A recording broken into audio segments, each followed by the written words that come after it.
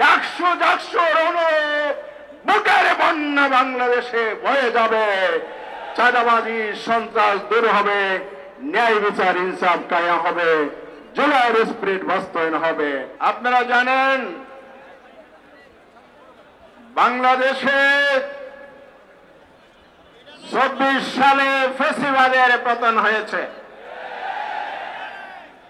Fascist শাসক হাসিনা দেশ ছেড়ে পালিয়েছে। 8 তারিখ একটি অন্তর্বর্তীকালীন সরকার গঠিত হয়েছে ডক্টর ইউনূসের নেতৃত্বে। দায়িত্ব গ্রহণের পর এই সরকারের প্রধান ঘোষণা করেছিল বাংলাদেশে যাতে আর ফ্যাসিবাদ ফিরে আসতে না পারে। ফ্যাসিবাদের আমলে রাষ্ট্র ব্যবস্থাকে যেভাবে ধ্বংস করা হয়েছে তার জন্য তিনি সংস্কার করবেন। তিনি বলেছিলেন জুলাই অভ্যুত্থানের গণহত্যা সহ দুর্নীতিবাজদের বিচার করবেন।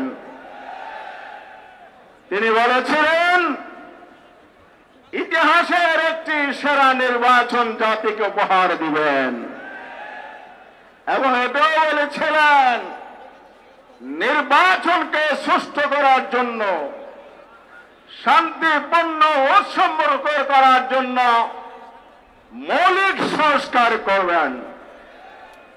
সংস্কারের জন্য তিনি কমিশন গঠন করেছিলেন। প্রথমে 11টি, তারপরে 6টি কমিশনের সমন্বয়ে জাতীয় ঐক্যমত্য কমিশন করেছিলেন, যার সভাপতি তিনি নিজেই। জাতি আশা করেছিল অর্থবহ সংস্কার হবে। জামায়াত ইসলামী দাবি করেছিল সরকার তার প্রতিশ্রুতি বাস্তবায়ন করবে, সংস্কার করে সুষ্ঠু নির্বাচনের ব্যবস্থা করবে। কমিশন 3 পর্বের আলোচনায় মিলিত হয়েছে। 84টি বিষয়ে ঐক্যমত হয়েছে, কিন্তু তারা নির্বাচনের জন্য যে সংস্কার বলেছিল, রাষ্ট্রকে পথহারা দিশাহারা অন্ধকার জগৎ থেকে আলোর পথে নিয়ে আসার জন্য মৌলিক সংস্কারের যে কথা বলেছিল তার বাস্তবায়নের কোন প্রতিশ্রুতি বা কার্যকর পদক্ষেপ নেয় নাই। জামায়াত ইসলামী বারবার দাবি করেছে কাগজি সংস্কারের কোন মূল্য নাই যদি আইনি ভিত্তি দেওয়া না হয়। এই জন্য আমরা ঐক্যমত্য কমিশনে গতকাল পর্যন্ত জোরালো দাবি করেছে ফেব্রুয়ারিতে নির্বাচন হতে হবে, তার আগে এই জাতীয় সনদ সংস্কারের আইনি ভিত্তি দিয়ে বাস্তবায়ন করতে হবে।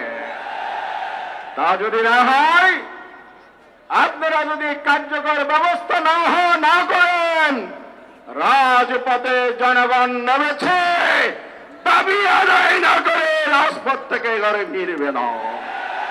প্রিয় ভাইরা, আসুন জাতীয় সনদের ভিত্তিতে নির্বাচন, ফেব্রুয়ারিতে নির্বাচন, আর ত্রুটিপূর্ণ প্রচলিত নির্বাচন পরিহার করে এই পদ্ধতি সফল এবং সুন্দর পদ্ধতি হল পিআর পদ্ধতি।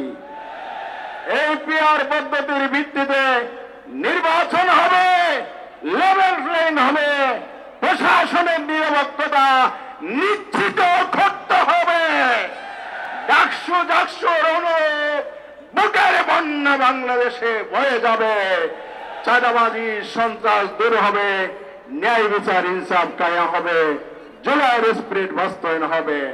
আসুন সেই লক্ষ্য ঐক্যবদ্ধভাবে এগিয়ে যায়। আল্লাহ হাফেজ।